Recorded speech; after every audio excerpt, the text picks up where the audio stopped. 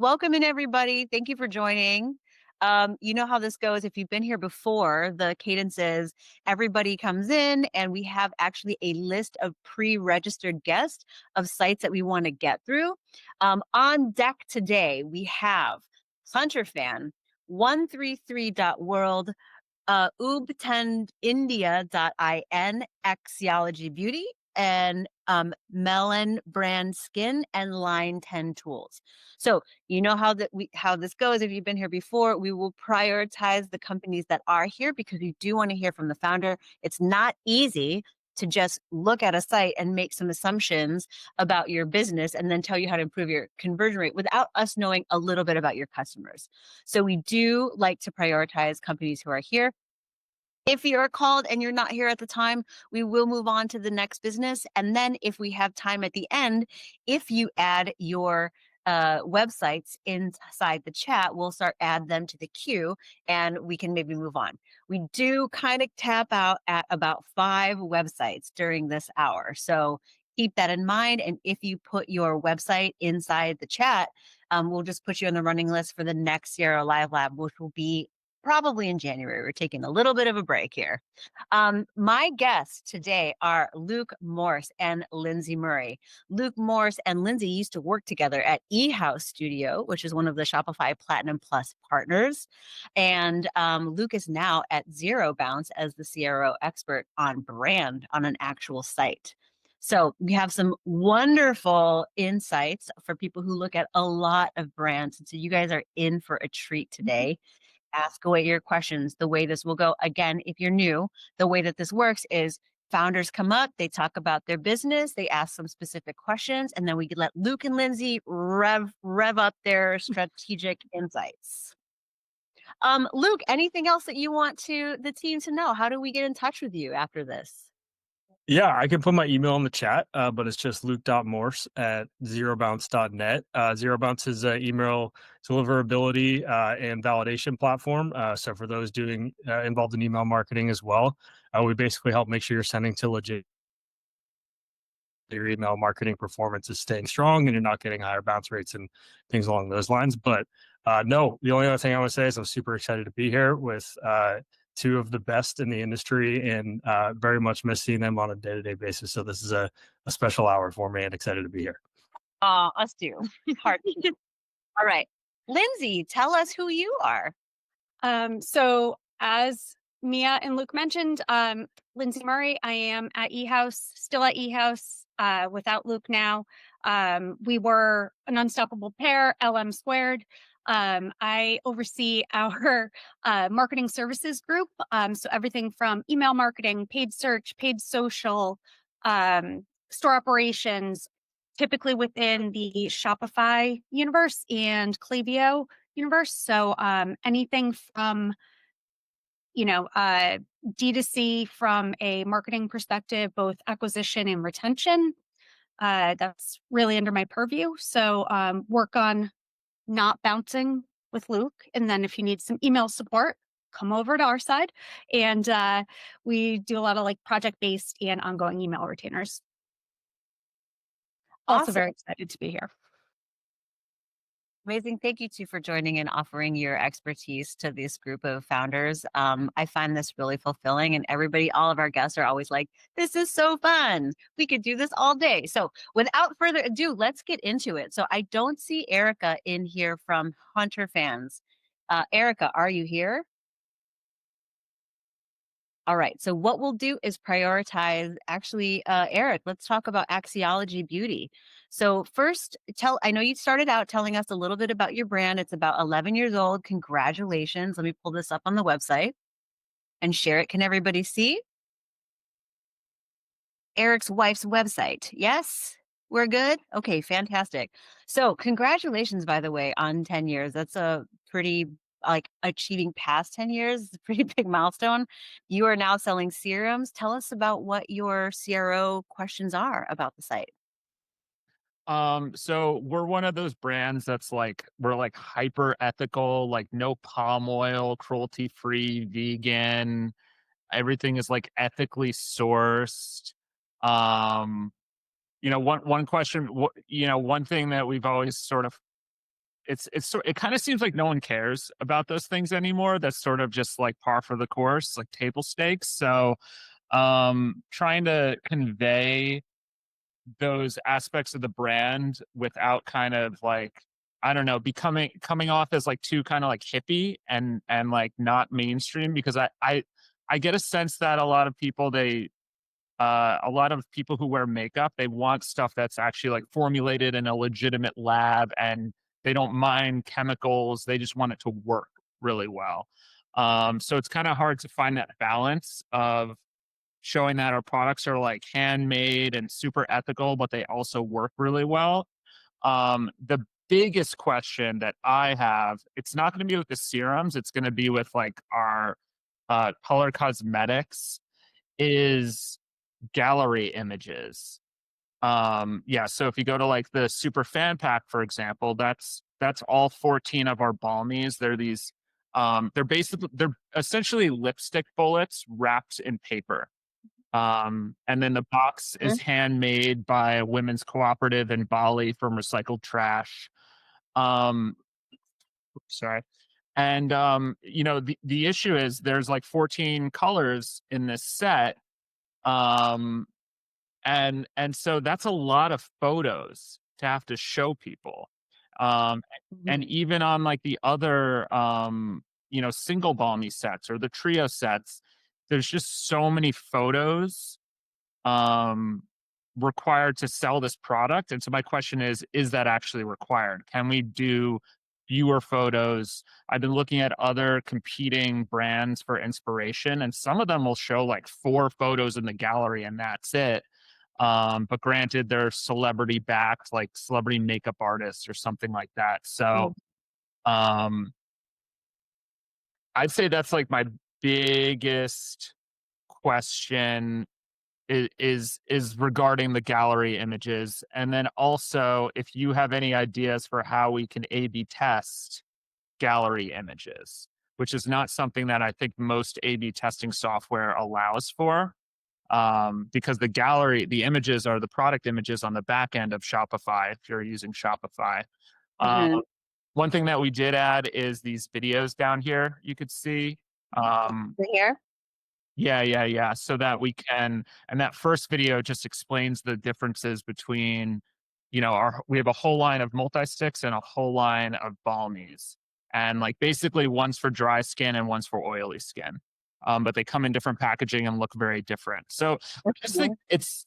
it's kind of confusing for people, Yeah. um, for new visitors, and trying to give them all this information about what we stand for and what are the differences between our different products. But we have so little time to capture them. And I think people get overwhelmed and say, forget it. I'm going to go get in my car and drive to Ulta. Sure, sure. Yeah. I mean, I think, and also, like the lip to lid piece is, I realized too that I only saw that right there, that it's actually kind of everything. But before we dive in, Luke, Lindsay, do you have any clarifying questions about traffic coming here or anything before you start? What are your clarifying questions for Eric? Yeah. One question I had, Eric, is around, and just so I don't know if you guys know this, but like we're just seeing these sites for the first time. So it's not like we have access to analytics or anything, which is kind of fun actually. So from a acquisition perspective, what type of marketing are you guys doing today? And secondarily to that, are you driving to any specific landing pages that, or are you doing more like driving specifically to product pages? What's kind of that user journey like? We used to run Google Ads. We stopped doing that. We're now exclusively, in terms of paid advertising, we are running Meta ads, and it's kind of just like eating us alive. Yeah, um, not the only one. Don't worry. okay, yeah, our AOV and our customer acquisition costs are about exactly the same, which means we Mhm. lose money. So, and that's been a struggle for years, and we've spent hundreds of thousands on Meta ads at this point at a loss. At either break even or overall it's been a loss. And so aside from that, we kind of rely on organic traffic. We have affiliates, but they don't. Our products are just not really expensive enough for affiliates to like, oh, they're going to get 10% of the sale, 20% of the sale. Like, it's just not really a big enough incentive. Sorry, what was the rest of your question? Um, as far as landing pages go, Yes. do you drive the majority of your traffic to a product page like this or a specific landing page? We tried landing pages and they didn't seem to work. Whether we tried them correctly, that's a big question. But mostly we drive to the homepage or specific PDPs. Some of my ad sets on Meta, I'm actually testing like driving traffic to like either the homepage or like the Balmy super fan pack or the Balmy singles or the duos or the trios, and the numbers are really like all over the place. Like one week, one page will win, and one week another page will Mhm. win. We just don't have enough sales volume for our testing to be statistically accurate. Mm, okay. Well, Yeah. Luke, anything else before we jump in? No questions, just thoughts. Okay, well, let's get into it. So I think, I mean, we're looking at this page, the 3-in-1 Balmy Crayon Super Fan Pack, and what are your initial feelings, Luke? You go first. Yeah, so I think going back to your original question, like your biggest value prop of this product is going to be like the versatility of the product, right? Like it's not just going to be a lipstick or it's not just going to be one thing. It's going to be a multi-use thing. So I think originally when people see a bunch of different shades, the main concern might be, oh, I only need one or two of these shades. So Mm. the counter to that is going to be you're going to need to show from a social proof standpoint and this is kind of some of the things we would test, right? Is the social proof, is it more just static imagery? Is it more explaining the product value? That this is versatility is going to be the main value of this product. So I would say from an imagery standpoint, like, yeah, some of the competitors you're seeing, maybe they have data that shows people aren't looking past the third or fourth image, and that's why they don't see the value in showing, 4 or 7, 8, 9 images within the actual gallery. But they're seeing that their users are actually getting more of this information through, I think you're off to a good start here with some of this kind of like video UGC content, and maybe that's where showing that versatility might actually drive the value for more people moving forward. Again, as Lindsey mentioned, we don't have any data today to back that up, but that might be a place I might start. um, I would look in reviews to say, are people talking about the versatility as some of the value props, or are they talking about the size and the feel, right? Because there is a lot of information on the actual product itself, and it's a bomb and a crayon, as you kind of mentioned it here. But is that important to people, or is it more important to actually show off some of the versatility that this product does offer? So that might be a place I would start to test and see, is that the value prop that's kind of like checking the box and getting more people to click add to cart, and then B, how exactly are we doing that's going to resonate with people the most. Okay, thank you.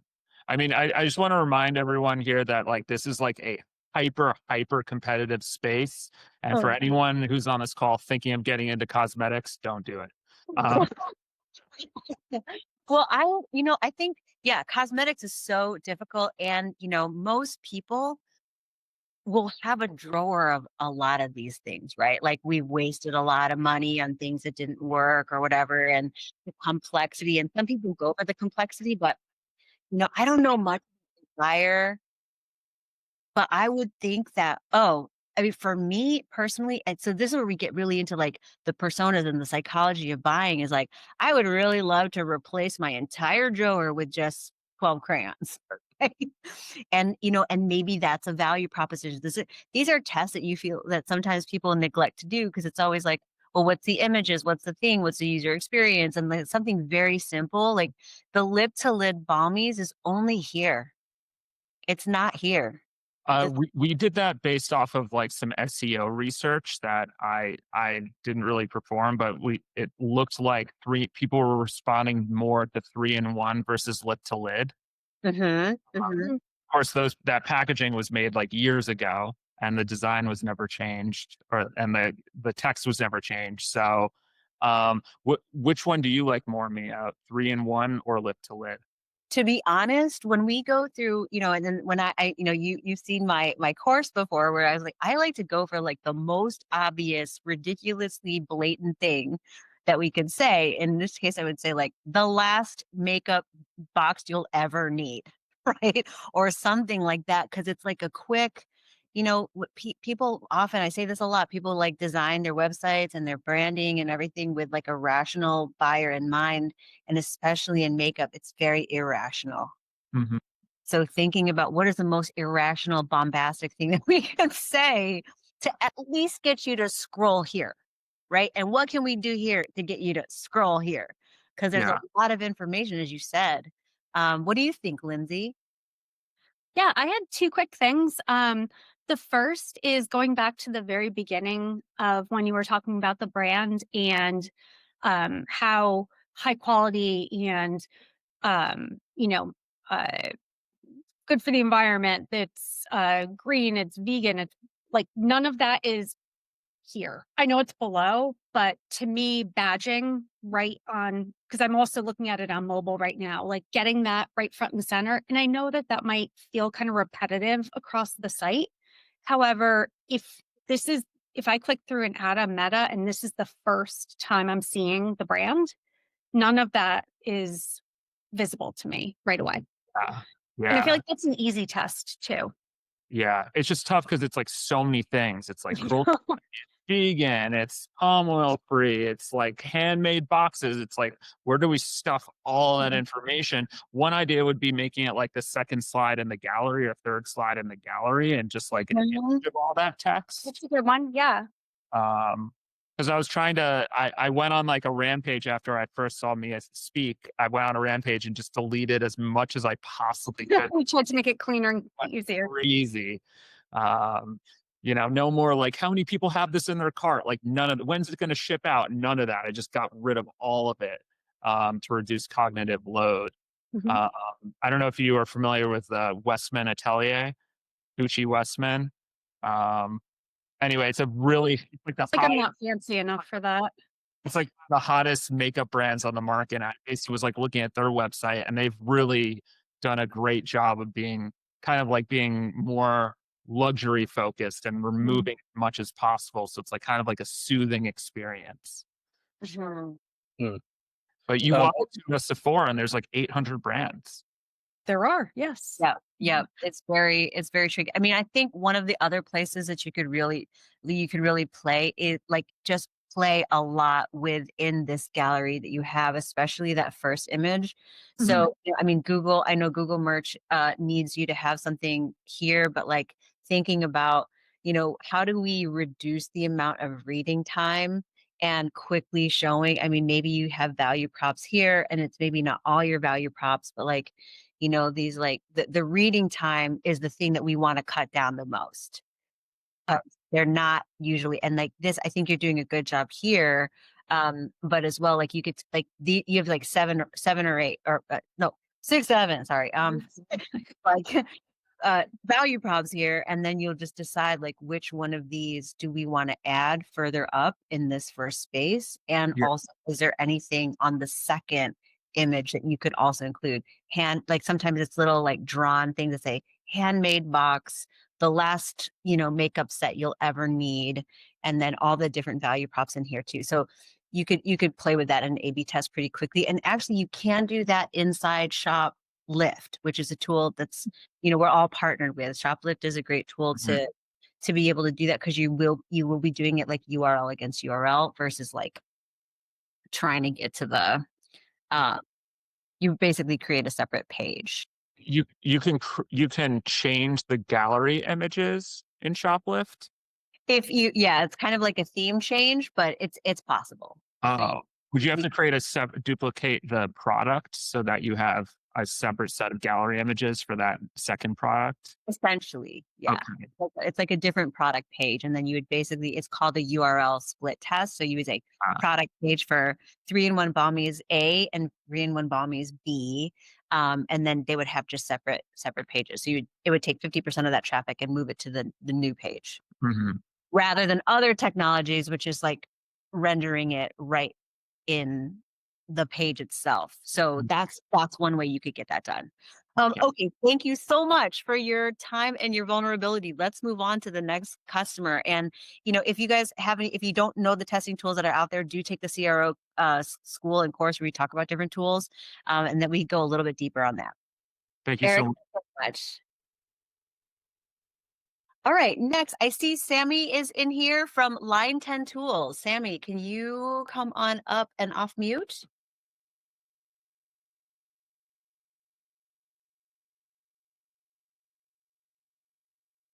Hi, can you hear me? I can hear you, yes. Okay, give me a second.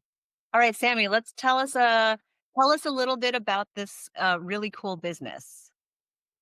I'm Sammy from Line 10 Tools. We sell power tool accessories and abrasives, many niche items in the tools and home improvement category. This is my website, and we've been operating for 12 years so far. And we've been getting a lot of traffic through our blogs and a lot of direct traffic, but the conversion rate is it's suffering as the analytics show. We've had a problem with some bot traffic not long time ago. So I the main thing for me right now is to figure out where the traffic is coming from and figure out how to get them to buy. So I'm gonna. I know some people here, Lindsay and Luke. We've been kind of talking about this website. The customer of these products are like craftsmen, people who really have like, like they have these like woodworking and other types of like tools in the garage. In my imagination, there's somebody who's like organized and My dad. who My probably dad. yeah. Yep. He's doing. Yep. And Sammy and I actually crafted this together because it used to be like, start creating. It was like, well, what Sammy said, typical founder thing, like, well, this is what we do. And I said, well, none of that is in your website. So think this the basic product is something that you could not find at Home Depot. Mm. These are all really specialized tools that probably like the craftsman really is looking for specific personal use, not necessarily industrial. Exactly. Got it. So it needs a lot of explaining because most people have no idea what the product is about because Got it. even if they have experience in the specific industry, a lot of the things that many people never don't come across very often, and each product is aimed at a specific function or task as a solution. One of my main issues is we have way too many SKUs. They're all under the realm of finishing and abrasive and tool and hardware, but there's just too many SKUs. It's hard to find how to direct the focus. Like a lot of our product pages, you'll see like based off of a template because it's very time consuming to customize every single page. So that's a big challenge. What clarifying questions do you have for Sammy, Luke, and Lindsay?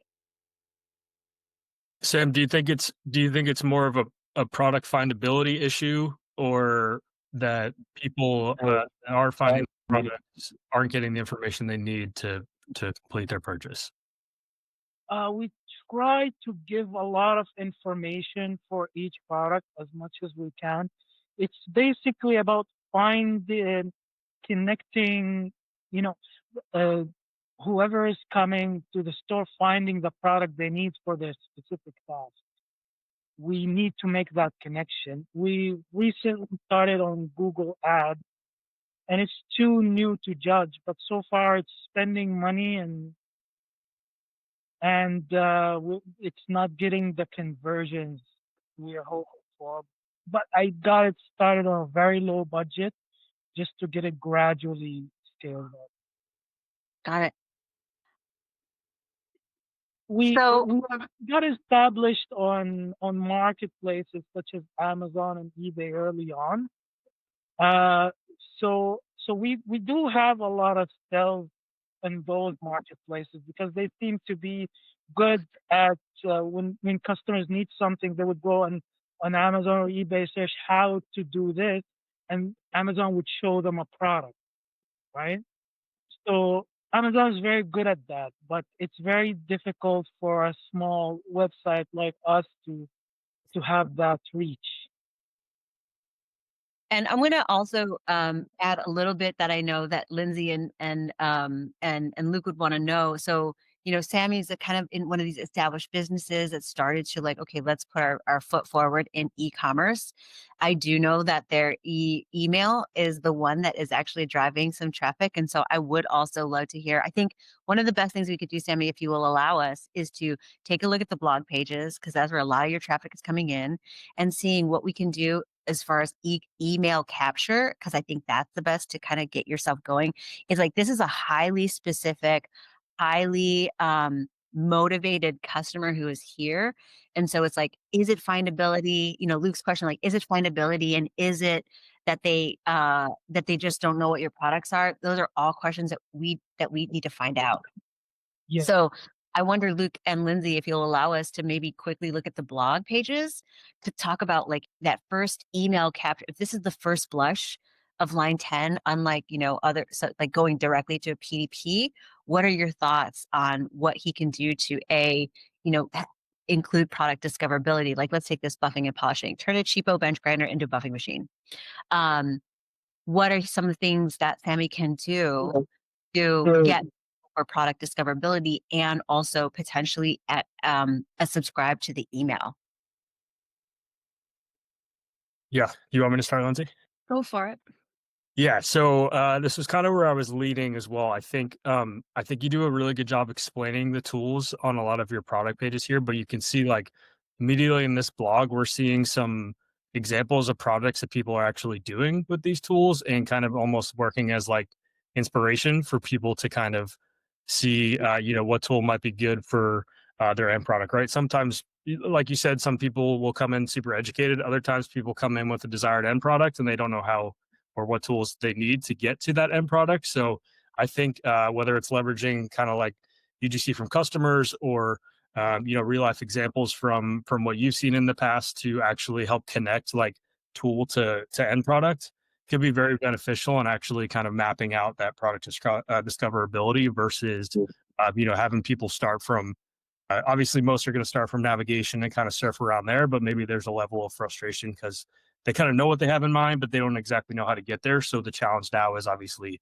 helping them get there through, imagery or inspiration or real life examples and things along those lines. Yeah, yeah. I think you got the idea right. That's correct. They know it's difficult to get the customer from here into a product page. Right. That's something I want to work on. Yeah. So I think there's obviously a couple ways to do that, right? Like if a lot of people are landing here, I think you're on the right track. Really explaining a project and kind of going through step by step. If a lot of people are explaining on the homepage, we might leverage a lot of imagery or stories from your customers in order to put those on there. We've seen kind of sticky elements in the past where we're actually able to tag individual products within that picture to say, this person's using this tool in order to get this project done. You can go directly to that product page from this image sort of deal. So there's a bunch of different ways you can do it, but yeah, I think the overarching theme is right, mapping end goal back to certain product and helping people connect those dots. Yeah. What do you think about the featured products and in the bottom? Or but is it really noticeable? Because I noticed you guys didn't click on it. I didn't see it until you told me. It's funny you said that, because I was just going to call that out. That Yeah, I didn't see it until you told me. I The had chat's just today, the seen it. 10% off. Yeah. Yeah.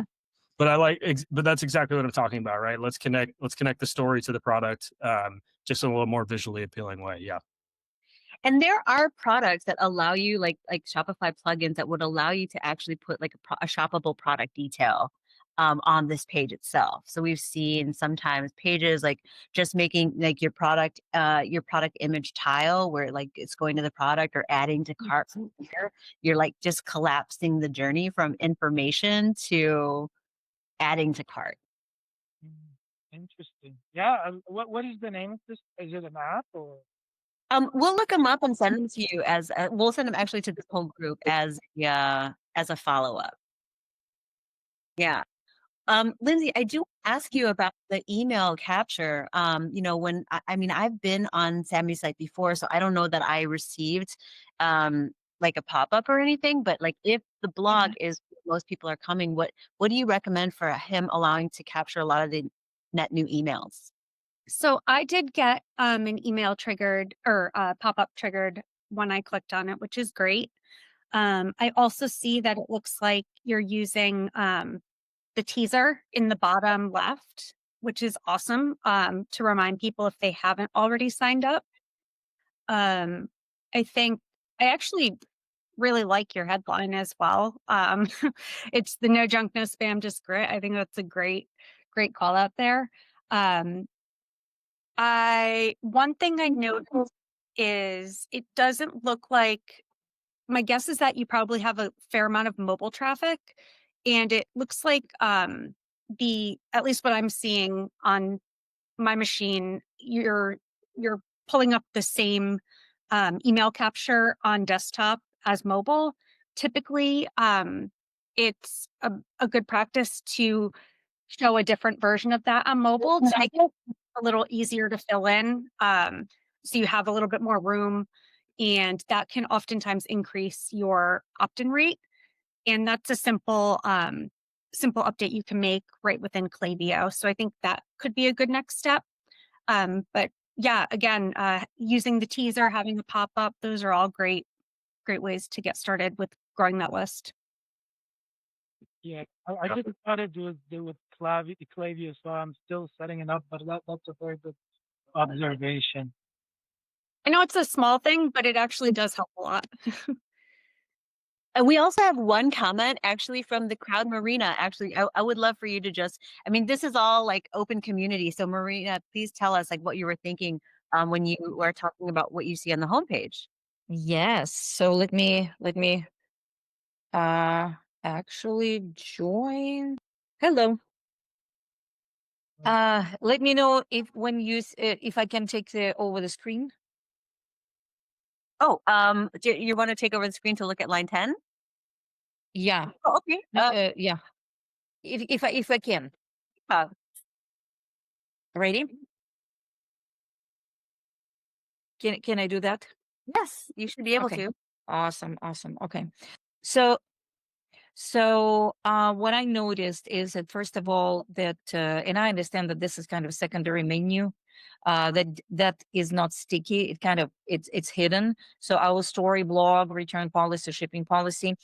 For some reason, and again, that's based on our research. For some reason, it's above the logo, and typically supplemental information like that usually is placed in the top right corner. Again, this is my opinion. Obviously, it's not, everybody has an opinion, but I'm just based on what we noticed. Typically, above the logo, you don't put information like policies and blog and our story. That's one thing. Then it disappears. That's fine. So the main menu is still here.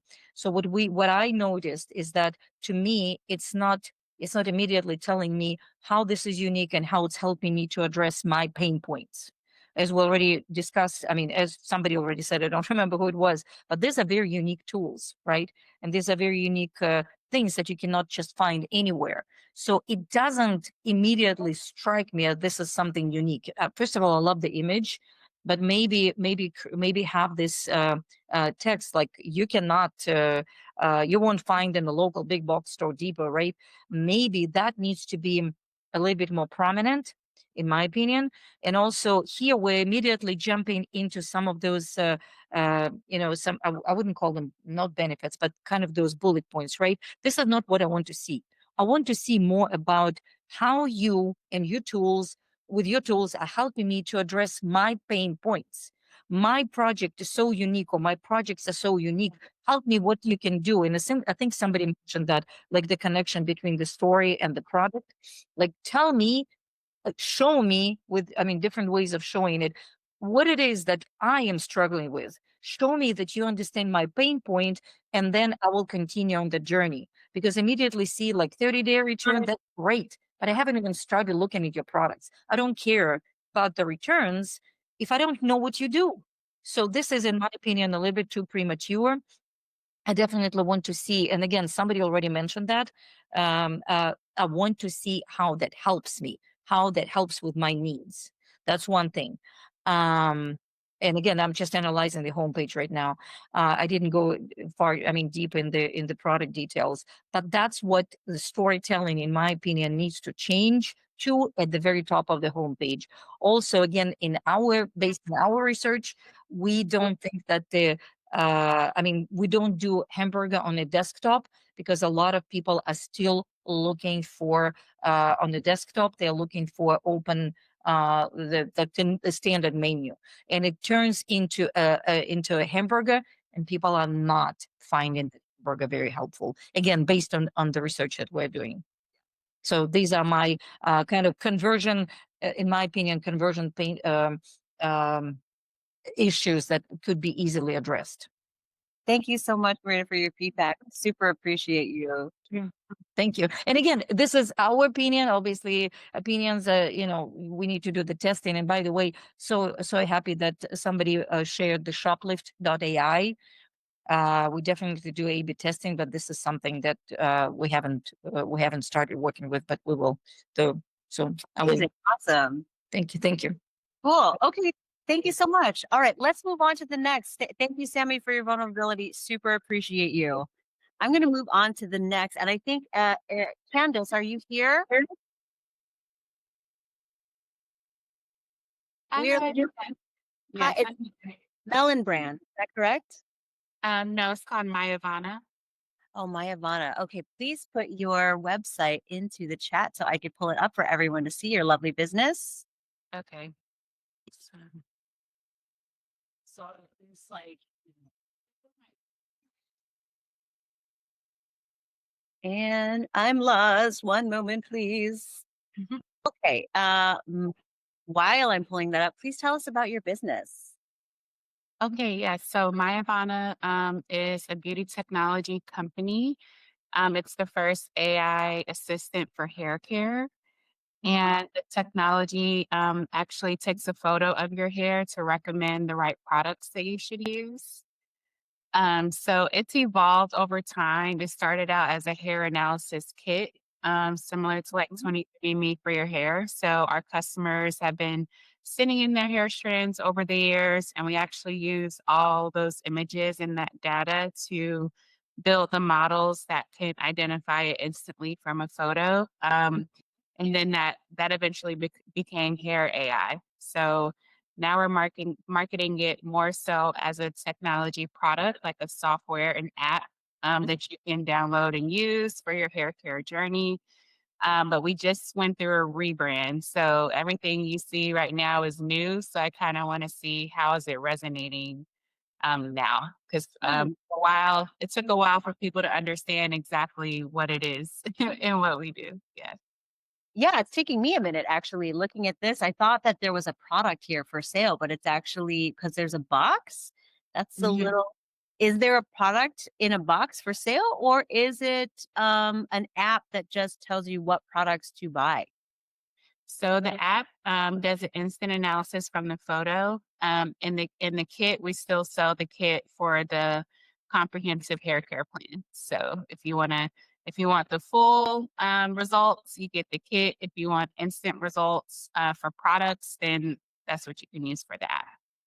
Okay. And I mean, I love it. What is your CRO question in particular? Because it looks like your main call to action is get to app.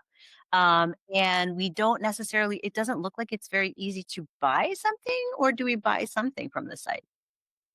So that would be my prime question. Do you know what to do and how to navigate the site, knowing that it's a new brand and a new product? Because it's very complex. So we tried to simplify it a lot. So I guess if you go back to the homepage, like if you came here for the first time, would you know what it is and what to do, knowing that it provides personalized guidance for your hair journey? Okay. Lindsey. Yeah. Okay. So to answer your question, first off, this does explain to me pretty quickly that it's going to be a complete hair care analysis and hair care plan. uh, which I love. I will say that based on what you already mentioned, Candace, since Pair AI is like brand new, my first thought when I see this is that you're going to have a quiz for me to answer some questions and you're going to recommend. Like, right. Yeah, you know what I'm talking about, right? Like for based on, if you want volumize it, I'm not getting from this that there's this analysis piece much deeper than just zero party data being fed back to you. If that's my first response. Um, so I'm glad you said that because the thing that I'm validating right now is just to make the whole experience free. Like you can start it for free. Oh, Instead that of, wasn't, I didn't get that part either. So well, that's not how it is right now. Right now you Oh, do have got it. to pay to subscribe, download the app to use the tool. Mm-hmm. To your point, like starting it right away, like to be able to sign up right now and just start it is and it would be basically be eliminating the paywall and allowing you to subscribe, maybe after your first set of product recommendations, Mhm. now you can subscribe to continue. So we're kind of in this weird phase where we started with the hair analysis kit. So first you had to do the whole comprehensive test, but now with hair AI, you can do it instantly just from a photo. So just kind of determining how we should make that shift on Hmm. our whole user experience and website. I mean, honestly, for that story that you just told, I love to tell on the site. Yeah, Like Yeah. that normally, should be like right. Yeah, Yeah. that should have the app right there. Like to me, Right. it would Front be and more center. powerful to show the app right away or like the result readout from that. Just something so that you know kind of immediately what the Yeah. deliverable or what you're getting out of it. Right. I totally agree. and also, I mean, you're building this on Shopify, which I think is smart because you will eventually sell products. So that's good. Yeah. Exactly. Yeah. The one thing that is like the things that I, at the very beginning, I was like, oh, is it a product? Is it, in beauty, this is where you have to deal with like user expectations, right? It's like in beauty, I'm hitting a Shopify site. I'm going to expect things like a before and after, an us versus them, uh, you know, like like what, customer testimonials, and you're just starting out. So you don't have all of that, but just thinking about like, what is the positioning of you versus options, other options would be our very first thing that you say is like, the value that we provide is that this process is just, you could do it at home. Normally this would take weeks. Now you have this, and then we'll give you a full on, like in here, I want to know what's in the kit. Yeah. What about you, Luke? yeah, I agree with everything you guys said. I think if you go to the navigation as well, like your challenge is going to be eliminating the fluff at first. I mean, if you go to the very top, like all those things are important to a certain extent. I would actually move them to the footer because you want people to just educate themselves on what Mhm. exactly you're selling and keeping the main thing the main thing. So I might even test just having like about, and then like the landing page, it's going to explain everything that you're trying to offer here, and just keep it at that for now. Move everything else to the bottom. If people want to find media, like they'll find it, Yeah. but it's just going to be a distraction from everything you're trying to educate on, at least right now at the moment, right? Mhm. I think the other big thing I noticed, if you go to the actual, there is an actual PDP. Is it under consumer? I forgot how to get there. Mia, if you go Yes. to if you go to consumer And and the instant scan, I or was is it? that's what I was thinking of down there. is it a PDP? There is one. I was just on it. Oh, See our offering. Yeah. yeah, I'm on a pages.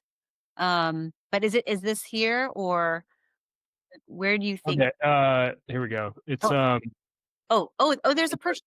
yeah. So this is going to be extremely confusing to people. The first month free makes total sense, and I think that's a good idea.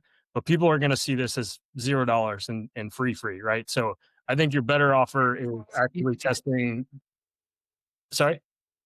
It's hard to do that in Shopify for some reason. Sure. Yeah. So I think, yeah, you probably have to get creative maybe with like automatic discounting and things like that. But I think the transparency is going to play better long term on how much they'll actually be subscribing for versus showing this as $0. You'll get a very, very high amount of subscriptions, but then you'll see a very, very high amount of churn once those subscription prices Good to, point.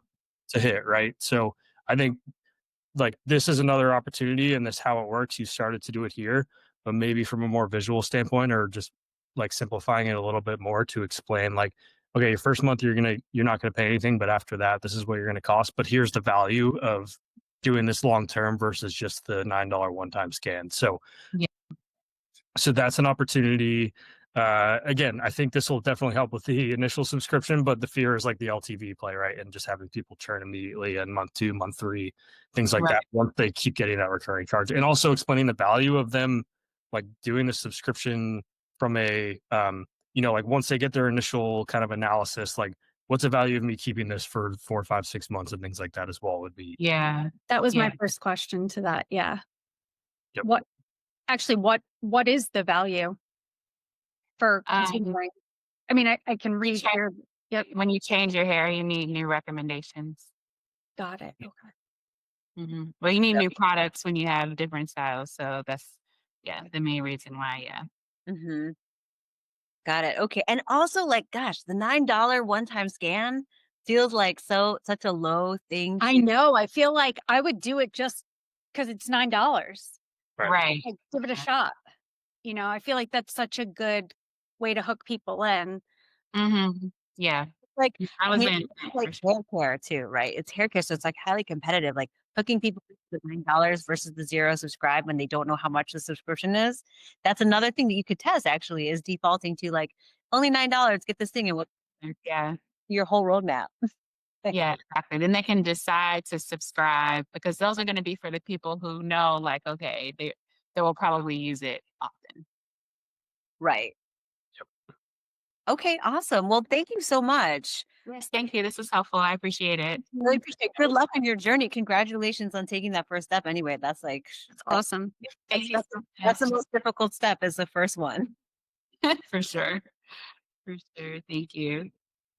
All right. Next up is Melon Brand Skin. Hi, everyone. Good afternoon. Hi. And is it Hey. ever pronouncing it correctly, Patrice? Patrice, yes. And Melon Brian is correct as well. Okay, awesome. Let me pull up your website and here we go. Tell us about your business. Yes. So my business is 2 years old. My son, Braun Eccles, and I started this company back in May of 2023. So it's just he and I. We are the co-founders and the co-CEOs. Our business is for Black and brown children for skincare starting about age 7 and up. We have products that also are for individuals, babies and up that may have eczema, psoriasis, and dermatitis. So we do address certain skin conditions as well. All of our products are Leaping Bunny certified, dermatologist approved, vegan, and gluten free. And they do not have any, toxins or anything that is bad for young skin. Anything else you all would like to? I love it. I love this This business. is really cool. I love all the holiday whimsy too. It looks great. Oh, thank you. Just what are the pain points at the moment would be my next question. Yes, so I would say definitely conversion. Just wanting to make sure that the messaging is clear because we do kind of have two sets of, we do focus on two different things. So our, the core audience is parents, moms and dads, sometimes grandparents. And then it's the children secondary ages 7 through 21 because we also do capture the college age students. So I just thought back when I was in school, like undergrad, like what I would have needed at that time as far as skincare. And the reason why I started this company is because when my son Braun was about 7, I couldn't find any skincare brands on the shelves for children, especially children with melanated skin. So that's kind of our backstory. But really just like conversion is what I'm mostly focusing on and wanting to make sure that the messaging is clear for like the pain points with children with eczema. One of my main stories that I love to tell is that I have a parent that is a mom of a 15-month-old and he had really bad eczema. And so she purchased our products and she was like, oh my goodness, within 3 days, 50% of the itching went away. the skin coloration came back. So we do have those before and after pictures showcased on that particular product page. And I think that's really been helping us to like push the narrative around the skincare for children with eczema. I love it. I mean, and you got so many good like press and tout. Mhm. Like I mean, tell us what page are people coming to when they first come to your site primarily? Yes, primarily it would be the Discovery Kit. So our flagship is actually going to be the Melon Kit Skin Collection at the very top. That is like the essential, like, okay, if you're trying to start a skincare, routine with your kids, you're going to start there. It's a simple cleanser, toner, moisturizer, um, um, routine. And so that's the Discovery Bundle. And so it has the aloe vera, it has rose water. So very gentle ingredients that are good for sensitive young skin. So we're just trying to keep it simple in that 3-step process. And then on the actual bottles itself, it says step 1. It explains like on the front what it does. Step 2 and step 3. So that the kids understand like what order they're supposed to go in until they get used to it. Okay.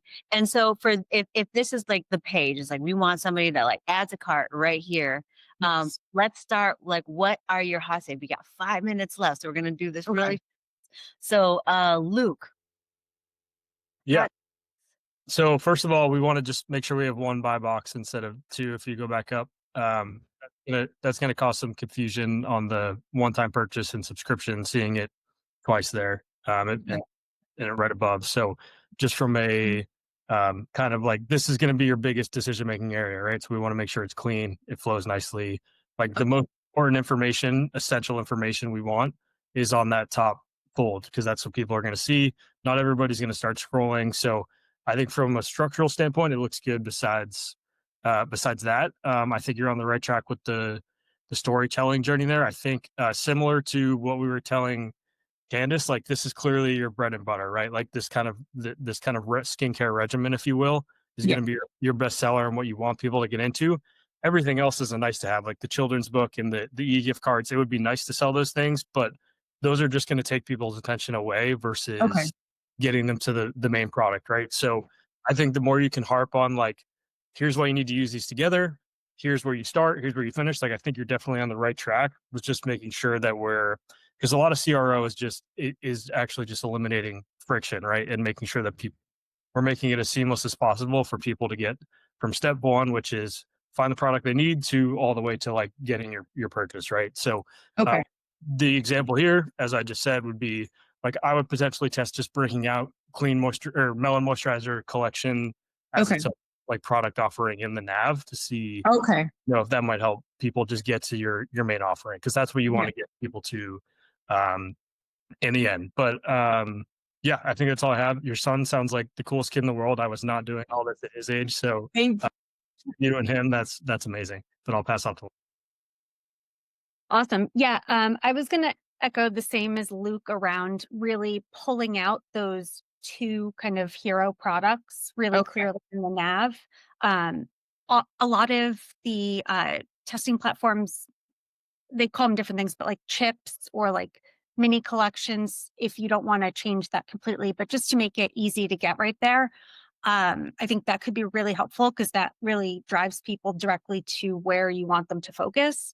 Okay. One other question, and I don't know if this is maybe just something that might be me not understanding, or if it's just Yeah. like a little bug, but it does say pre-order on the product page. I just saw that and I'm like, what is that?